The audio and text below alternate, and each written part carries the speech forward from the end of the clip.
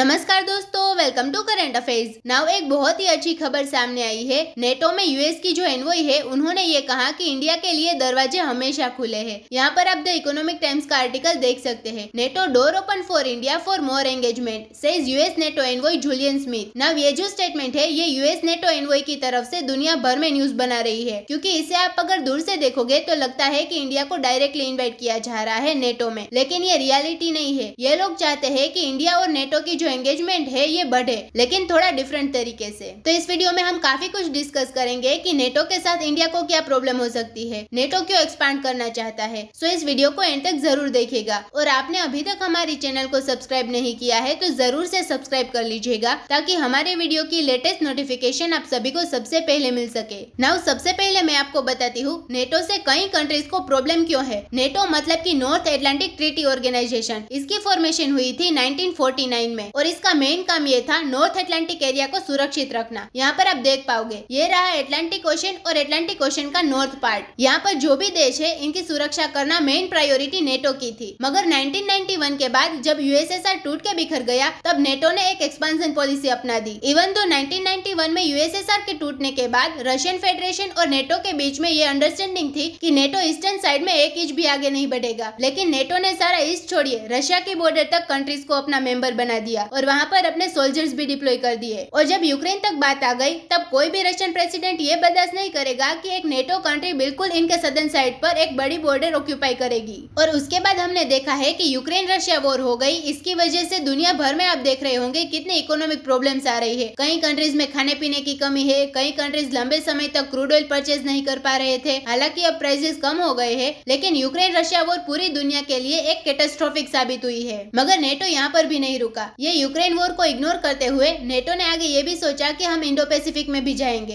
अब देखिए इस ग्रुप के नाम में है कि हम इस इलाके तक सीमित रहेंगे, ये जो एरिया है यहाँ तक सीमित रहेंगे। अब ये लोग पहले तो यूक्रेन में गए, इसके बाद ऑल टुगेदर यहाँ पर भी अपनी प्रेजेंस बनाना चाहते हैं। कई कंट्रीज है जिनके साथ नेटो ने कोऑपरेशन स्टार्ट कर दी है। इन कंट्रीज को नेटो कहता है नेटो +5 कंट्रीज। इसमें शामिल है ऑस्ट्रेलिया, जापान, न्यूजीलैंड, इजराइल और साउथ कोरिया। यहाँ पर पाकिस्तान को मत काउंट करना, ये अलग ग्रुप होता है। उसका नाम होता है यूएस नॉन नेटो एलाई। वो इंडिया नहीं बनना चाहता, उसका स्टेटस इतना स्पेशल भी नहीं है। लेकिन नेटो +5 में आप देखोगे तो बहुत सारे इंपॉर्टेंट कंट्रीज आपको दिखेंगे, इजराइल भी इसका पार्ट है। और नेटो +5 में होने का सबसे बड़ा एडवांटेज ये है कि डिफेंस एग्रीमेंट जल्दी हो जाते हैं, क्योंकि कल को अगर मान लीजिए किसी कंट्री को हेल्प करने के लिए नेटो सोल्जर्स को आना है, तो अगर वो कंट्री नेटो प्लस कंट्री है तो बहुत ही जल्द नेटो वहाँ पे खुद को डिप्लॉय कर देगा। नाउ प्रॉब्लम यहाँ पर ये है इन नेटो कंट्रीज की आवश्यकता है खुद की रक्षा के लिए। ये बल्गेरिया, कनाडा, डेनमार्क, इटली, यहाँ के सोल्जर्स इंडिया में आकर हमारी कुछ रक्षा करेंगे, हमारे किसी काम आएंगे? जाहिर सी बात है नहीं आएंगे। तो यूएसए के कई सेनेटर्स ने काफी बार कोशिश करी है यूएसए के पार्लियामेंट पर एक रिजोल्यूशन पास करने की कि इंडिया को नेटो प्लस कंट्रीज का छठा मेंबर बनाना चाहिए। इंडिया खुद भी इस ग्रुप का पार्ट बनने में इंटरेस्टेड नहीं है, और इसके कई रीजन है। पहला तो ये कि अगर इंडिया एक नेटो प्लस कंट्री बन गया तो मान लीजिए रशिया के साथ हमारे रिलेशंस बहुत ज्यादा खराब हो जाएंगे। रशिया ने पहले से अपनी रिसेंट रिलीज हुई फॉरेन पॉलिसी में ये बात कैटेगोरिकली लिखी है कि अगर इंडिया रशिया की तरफ जो अनफ्रेंडली स्टेट है उनके साथ अलायंसेस बनाता है तो रशिया रेजिस्टेंस देगा। नाउ ये स्टेटमेंट काफी बड़ी चेतावनी भी है कि किसी अलायंस को ज्वाइन मत कर लेना। उसके अलावा एक रीजन ये भी है कि चाइना इससे बहुत ज्यादा कॉर्नर्ड फील करेगा। चाइनीज फॉरेन मिनिस्टर ऑलरेडी कह चुके हैं कि जो इंडो पैसिफिक स्ट्रेटेजी है ये अपने आप में एशियन नेटो ही है। ये मानते हैं कि ये एशियन नेटो है।